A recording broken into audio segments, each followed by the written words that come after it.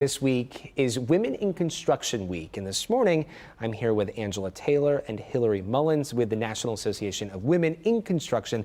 Good morning to you both. Thank you so much for coming in and chatting with us. So talk to us about what that looks like, women in construction.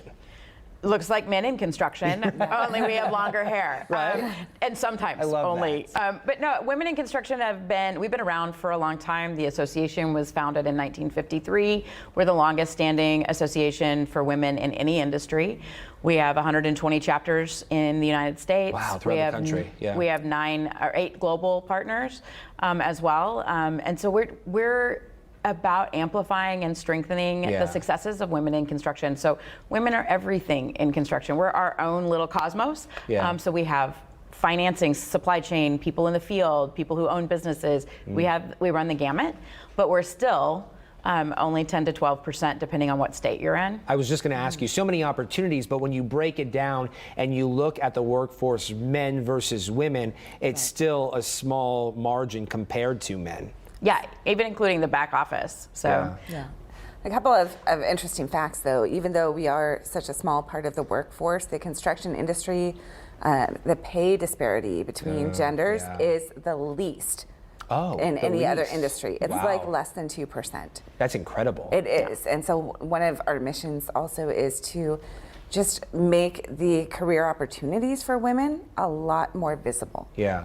And you can do that by talking like we're doing right now, especially during this week, which is Women in Construction Week. Yes.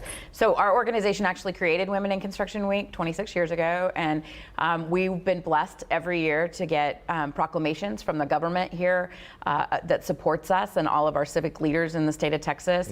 But I represent also like Oklahoma, Mississippi, Arkansas, Louisiana. It's regional. So we have some regions, then we have individual chapters in cities. And so my region, you know, we're one of the poorest regions in the area with Mississippi, Louisiana, Arkansas, Texas, Oklahoma, and yet we have over 800 women who have participated with us in the last year. And so that's really exciting, right? We're over 6,000 women nationally who are willing to talk about what we do, right? And we do everything. So, but really the bottom line, if you want someone to have a career, you have to show them that, right? Absolutely. If you think about what you wanted to be when you were a kid, you wanted to be the things you could see, the firemen, that the representation police officer. matters. Right, absolutely. And the single most iconic construction emblem is Rosie the Riveter, right? But that's not who we think about. You know, we think about Tim the Tool Man, we think about Bob the Builder, and then we stop seeing construction. It's this invisible thing that happens inside our world. And so we all don't know that we want to be that. A lot of us just find our way here by accident, and we'd like to make it much more intentional for women to join construction. Recruitment. I'm the Houston chapter president, so I work under Angela. Women in Construction Week, we celebrate so hard. It really become kind of a movement, as Angela mentioned, across the industry, but it's an opportunity for our employers and ourselves as women to get together and celebrate that we're here. What we love about our job, kind of be able to be visible and count ourselves in numbers to kind of strengthen and amplify. And it gives our employers really an opportunity to share in the success that women have had in building the success of their own companies. And a lot of that success is happening right here in our own community throughout Houston. Everywhere you look, there's growth, there's development, there's construction, and women are contributing to that success. Absolutely. Yes. Absolutely. We run projects. We estimate the projects. We own the companies.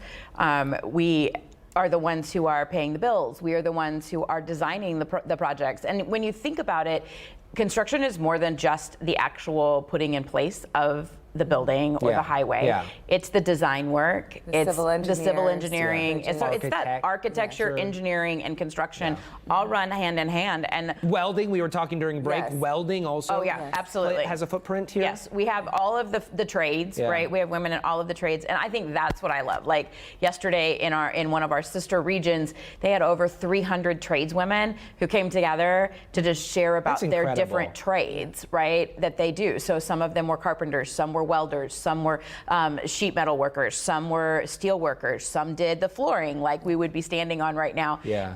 All the trades, right? We're seeing them there's so much. here in town, in painting, in acoustical ceilings, in drywall, in demolition, in carpentry, Yeah. really in electricians is really blowing up Yes. as well. There are more, but those are just for me personally when Yeah. I walk a job site, what I'm actively seeing. We're running out of time, but for people watching right now, including women, if they want to get involved, if they want to seek a career in construction, how can they go about doing so? Where can they start? So I would say that you can look at any of your local construction companies. They're all hiring. Yeah. You can coordinate with a SARE Jobs for Progress. You could talk to Construction Career Collaborative or c3.org. You could hit up the nawic-houston.org website. All of those are going to give you a place to connect. Find one woman in construction, and she'll help you find a job. Love that. Angela and Hillary, thank you so much with NAWIC. We appreciate your time this morning. Absolutely. Thank you. Thank you.